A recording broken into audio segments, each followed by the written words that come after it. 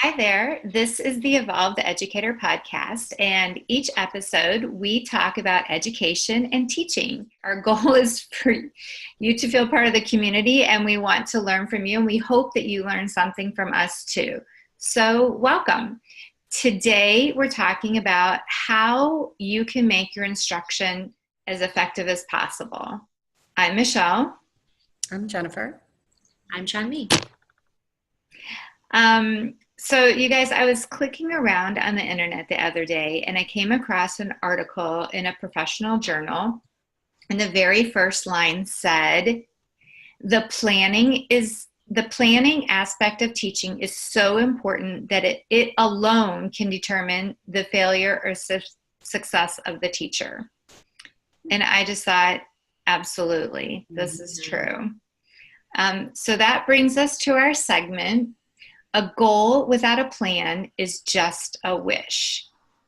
So like I said, that statement, I'll say it again, the planning aspect of teaching is so important that it alone can determine the failure or success of the teacher. And I've experienced this, I've seen it.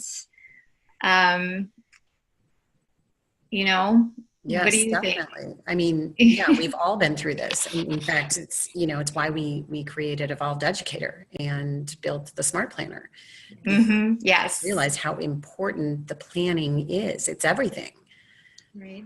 And, I think the reason why the quality of planning can make or break the success of a teacher, it's because planning drives the interactions between the students and the teacher, and also among the students. And so these conversations are what determines the depth of the student's learning. So how do teachers plan lessons that are going to increase the effectiveness of instruction? It requires some very deliberate decision making. So, for right now, we're going to keep it to three main parts: the what, the how, and the now. What the teacher needs to think about. It needs to be deeper than the topic within the content area, and it requires the teacher to make some choices about what the students who are sitting right there in the classroom, what their areas of strengths and what their gaps are, maybe from their prior knowledge. The task itself, what do the students need? Some conversations, open-ended conversations that drive student conversations. I think the sequence that things are presented is very important. And then when the teacher needs to explicitly decide when he or she is going to use formative assessments. Mm-hmm.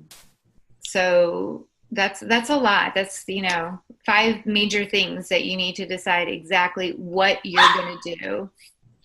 Right. And so, and using that formative assessment almost is like that first step too, because knowing what the students need will help you make those decisions on what to teach as well. So for time's sake, today, we're just going to keep it to 3 main parts: the what, the how, and the now. So first, what does the teacher need to think about? And these things go way deeper than the topic within the content area, because the teacher really needs to think about what the students who are sitting there in the classroom, what are their strengths and what are their gaps in prior knowledge? What is the task itself? Like, what are the students going to actually be doing? What questions should be asked that will drive student conversations? What's the sequence that the material will be presented? And what kind of formative assessments, and when are those going to happen? That's how you're going to determine that first thing that you mentioned, Michelle, about identifying areas of strengths and gaps in knowledge. You need to, say, this is what I'm going to use to plan out, what I want to teach for the students, because if the students already know it, you don't need to spend a lot of time on it. And so, Right. So in the second part of what you were saying about the three main parts is the how to teach. And so based on that information, then it goes into like how you set your instructional goals for your students. And these are essential. Like these are what the students should be able to do today and tomorrow, like lifelong learning strategies. You also want to consider the different methods and materials the students will be accessing and engaging with in terms to get to content. You want to think about different types of groupings, whether you want to be interest groups or flexible grouping, or whether it's by levels or abilities. Right. All that in terms of what's important in the content. Then the reasonable pacing, I think, goes back to when you want to, like, the students. And so the pacing is obviously developmental by the grade level that you're teaching. But pacing also can be individualized to knowing like students that have special needs. And so you want to consider to differentiate based on the pacing based on the student's needs. And you would be able to know that through formative assessments as well, going back to that. And then when using those formative assessments to like identify those gaps. So then that way, those curriculum guides always tell you like, this is how many weeks it's going to take you. Right. To do this whole lesson. Those never worked for me or my students. I'm always a few days behind. In decades, I haven't been able to adhere to this.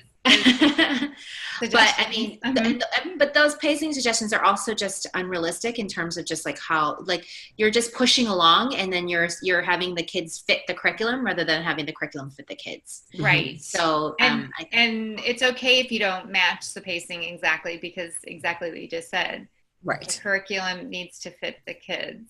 Right. And I think that's a consideration that teachers and administrators need to consider, is that the pacing, doing the same page every day, the entire team, like when you have different students from class to class, we really want it to be where it's personalized with the students that you have in your group.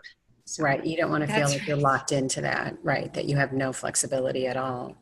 Right. Yeah. Well, you're just leaving students behind sometimes. Right. Definitely. yeah. But there's reasonableness with that too, because you do want to make sure that you also cover enough content as well, because I feel like sometimes there is that balance. So and also consider the kids who did master the content, and so it's hard to manage, which then brings us to the now. What are you doing right now? Exactly. Yeah. Well, I think a huge part of that is just being really explicit with the kids. I feel like, at least this was my experience growing up, that everything was a secret why the teacher was doing it. We were never told. So if you ever ask, well, why are we doing this? The teacher would be like, don't worry about it, just do it. Yeah. Like it was some kind of secret, like we weren't allowed to know why we were doing something. And so I just feel like it's so, so important to be really explicit with what the expectations are, what the goal is for them, and that everyone understands what the outcome is hopefully going to be. And then, of course, getting the kids really actively engaged in whatever the learning experience is, not just sitting there sort of absorbing things, but actively engaged in, the tasks. And really holding, setting the bar high, holding the standards high for all of the students, not just some, but everybody. Yes. And we all know this, you set the bar in a certain place, that's where they're going to go. If we set the bar high, I know the three of us have experienced it. The kids will even surpass. They'll get there. Yeah. And then, of course, I think that sometimes people forget about this too, but really creating this space, this atmosphere, this environment for the kids to really feel comfortable taking risks and making mistakes, really fostering that mindset. And this is a safe place for us to learn together, and it's okay to make mistakes. It's good. It's we want to take risks, and really just pushing that and encouraging it as much as possible. You just said a couple of things. So when we talked about stating the expectations and the goals, so everybody understands. I mean, I've done that even with as young as kindergarten. And it's really good because it's kind of like shining a light at the end of a tunnel. Like, where you're going. The students know where they're going. And then you made the comment about maintaining high standards. You know, I always think of that as the high standard has to do with where the student is and where they're capable of going. Mm-hmm. But if the kids know where they need to be, they'll get there. It's just a matter of time. Some people get there faster than others. Right. And so if they're given the safe space to take risks and make mistakes, they'll take their time to get where they need to be. And they know where they need to be because we've told them. Right. And then all of that was able to fall into place because of all the other things that we said about setting instructional goals and knowing what order you're going to do things and everything else that we just said. I think the lesson here is that teaching begins long before you're face-to-face with the students. Yes. And it certainly requires careful and deliberate decision-making before planning, during planning. Yes. And it is a lot to think about, but the more you do it, the better you get at it, I think. Yeah. Well, yeah. Before the context of like when you're in your student teaching or your pre-service, you're planning without the actual application immediately. So it does get better when you are with actual students, because planning without the students in mind. Right. It's hard to plan for invisible humans. That's right. that don't exist. Yes. Right. So that's why, like, the best laid plans, yes, it's a wish of what you would happen, but yes, you need to see it if it actually works as well, and that's part of the reflection and refinement of what you do to plan to make yourself more effective. Yes, which is a different conversation, but true. Very true. Yes. So that brings us to our segment, Strategies That Get the W. We have a little parting goodie for everyone, a strategy that you can use in your classroom right now. Mm-hmm. So what are you thinking about? So I chose celebrate strengths. Celebrate strengths. And just from what we just said about giving students a safe space and when they know where they need to go because they understand the goals and they're able to take that time to get there and achieve what they need to achieve. We need to celebrate that hard work, and we need to celebrate when kids take their learning opportunities seriously. And I really love it because then it builds confidence, and that is addictive or addicting. It's addicting, and it's also contagious. Mm-hmm. Absolutely. You're building habits too. Yeah. I mean, that's a great thing to do for people. If you're celebrating your students' strengths, I've seen the students start to just take it on themselves. You know, to do it sort of at the beginning of the year, and then as time goes on, they just start doing it to each other.